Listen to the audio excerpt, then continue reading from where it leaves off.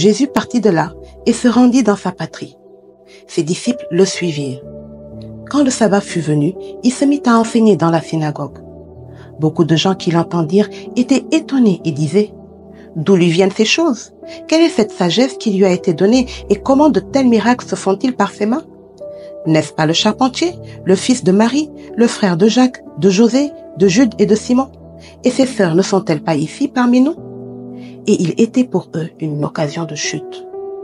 Mais Jésus leur dit: un prophète n'est méprisé que dans sa patrie, parmi ses parents et dans sa maison.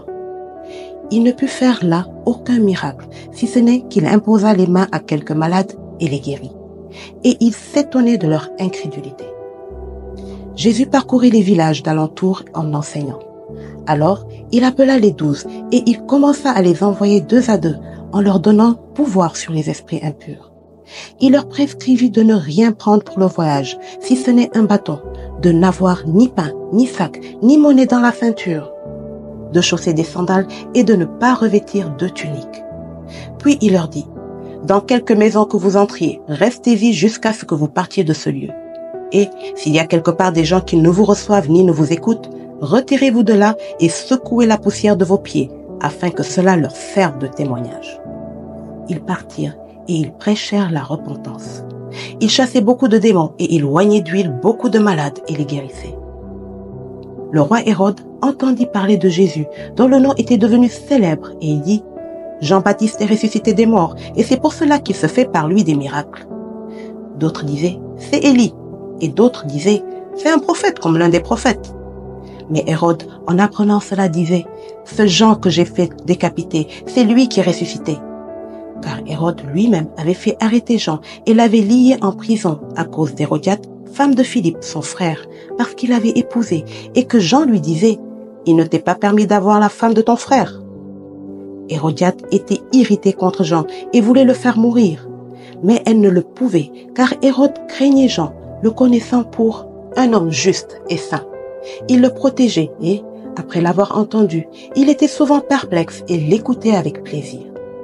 Cependant, un jour propice arriva, lorsque Hérode, à l'anniversaire de sa naissance, donna un festin assez grand aux chefs militaires et aux principaux de la Galilée. La fille d'Hérodiade entra dans la salle, elle dansa, et plut à Hérode et à ses convives. Le roi dit à la jeune fille: demande-moi ce que tu voudras, et je te le donnerai.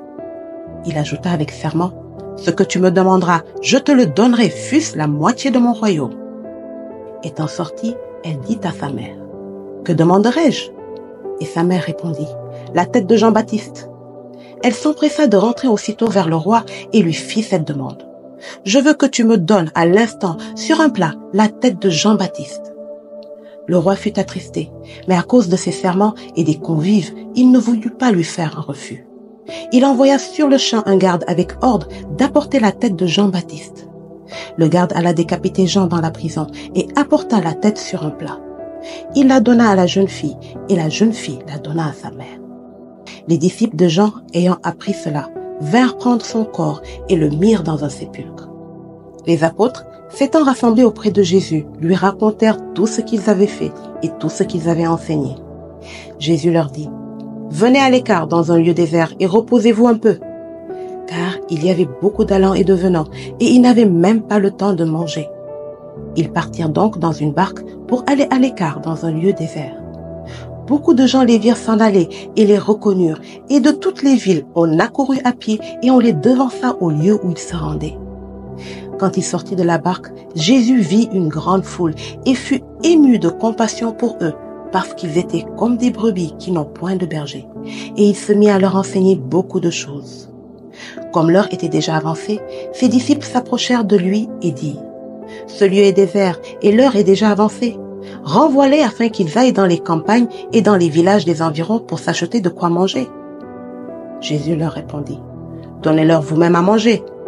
Mais ils lui dirent: irions-nous acheter des pains pour 200 deniers et leur donnerions-nous à manger?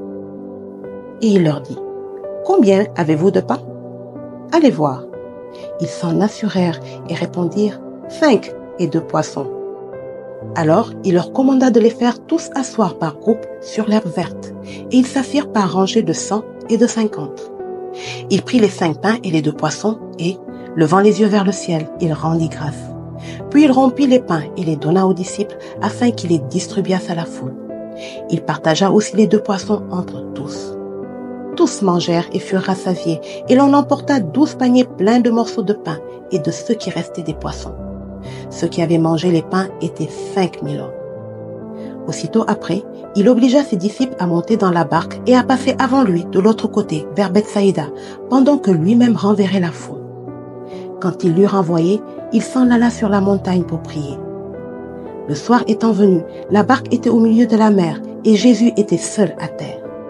Il vit qu'ils avaient beaucoup de peine à ramer, car le vent leur était contraire.